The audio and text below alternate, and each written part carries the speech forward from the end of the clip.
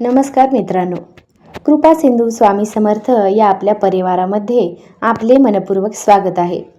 वृषभ राशीच्या लोकांनो, आजचा हा व्हिडिओ तुमच्यासाठी अत्यंत महत्त्वाचा आहे. कारण आज आपण अशा काही संकेताबद्दल जाणून घेणार आहोत ज्याकडे अनेकदा आपण दुर्लक्ष करतो. विशेषतः रात्रीच्या वेळी मनात येणारे विचार, अचानक होणारी जाग, घरातील वातावरणातील बदल आणि एखाद्या व्यक्तीची वारंवार आठवण येणे यामागे पारंपरिक ज्योतिषशास्त्रानुसार काही संकेत मानले जातात. आणि सर्वात महत्त्वाची गोष्ट, रात्री 2 वाजण्याच्या आसपास तुम्हाला अचानक जाग येते का? घरात एखाद्या व्यक्तीच्या येण्याची चाहूल किंवा कोणीतरी आपल्याबद्दल सतत बोलत असल्यासारखे वाटते का? जर असे अनुभव येत असतील तर हा व्हिडिओ शेवटपर्यंत नक्की पहा. कारण पुढे आपण वृषभ राशीच्या लोकांसाठी पुढील काळातील धन, नातेसंबंध, घरातील वातावरण, शत्रू आणि स्वामी समर्थांची कृपा याबद्दल जाणून घेणार आहोत. वृषभ राशीचा पहिला संकेत. वृषभ राशी ही पृथ्वी तत्वाची राशी मानली जाते. या राशीचे लोक स्वभावाने शांत, स्थिर, मेहनती आणि आपल्या कुटुंबाशी जोडलेले असतात. पण अनेक वेळा वृषभ राशीचे लोक आपल्या मनातील गोष्ट कुणालाही सांगत नाहीत.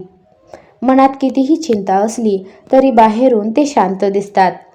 याच कारणामुळे अनेकदा त्यांच्या मनावर ताण जमा होत असतो.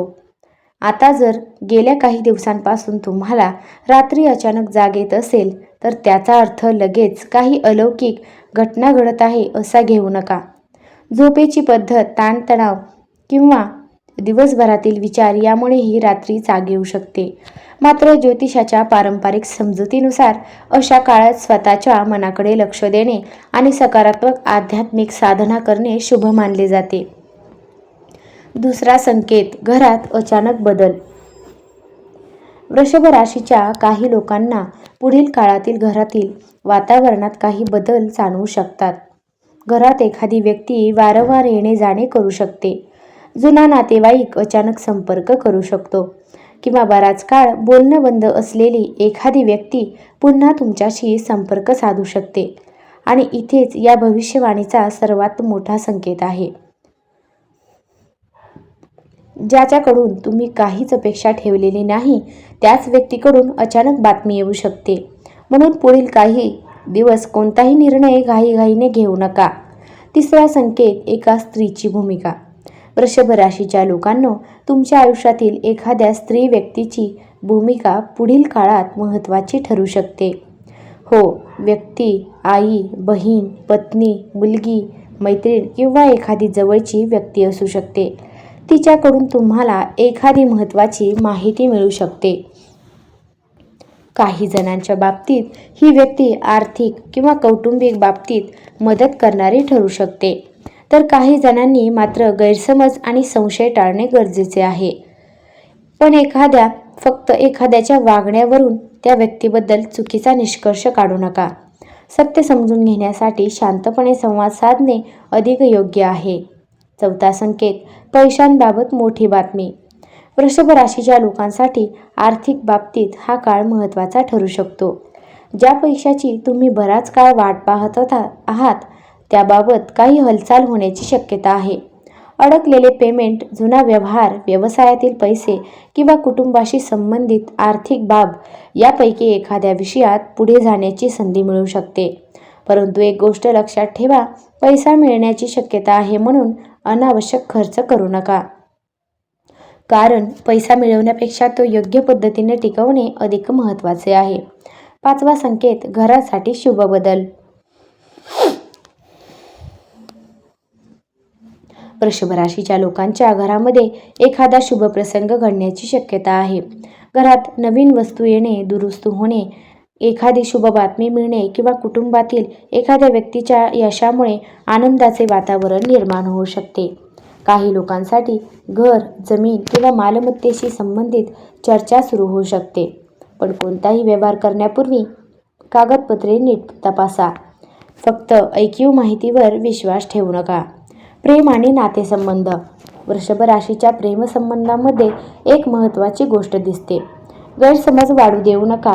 तुमच्या मनात एखाद्या व्यक्तीबद्दल शंका असेल तर ती मनात ठेवण्याऐवजी योग्य वेळी संवाद साधा. ज्यांचे नाते आधीपासून चांगले आहे त्यांच्यामध्ये पुढील काळात जवळीक वाढू शकते. विवाहित लोकांनी जोडीदाराच्या छोट्या चुका मोठ्या करून पाहू नयेत, कारण कधीकधी समस्या व्यक्तीमध्ये नसते, आपल्या मनात तयार झालेल्या गैरसमजात असते. शत्रू आणि विरोधक. वृषभ राशीच्या लोकांना प्रत्येक हसणारा माणूस मित्र असतोच असे नाही. तुमच्या आजूबाजूला काही लोक तुमच्या प्रगतीकडे लक्ष ठेवून असू शकतात, पण याचा अर्थ असा नाही की प्रत्येक व्यक्ती तुमचा शत्रू आहे. फक्त तुमची वैयक्तिक माहिती, आर्थिक व्यवहार आणि भविष्यातील योजना प्रत्येकाला सांगणे टाळा. तुमची योजना पूर्ण झाल्यानंतर लोकांना कळली तरी चालेल, पण योजना सुरू असताना शांत राहणे अनेकदा फायदेशीर ठरते. आता सर्वात महत्त्वाचा भाग. जर तुम्ही स्वामी समर्थांचे भक्त असाल तर कमेंटमध्ये श्रद्धेने लिहा, श्री स्वामी समर्थ. दररोज संध्याकाळी किंवा सकाळी काही मिनिटे शांत बसून स्वामींचे नामस्मरण करा. तुमच्या श्रद्धेनुसार श्री स्वामी समर्थ हा मंत्र श्रद्धेने म्हणा.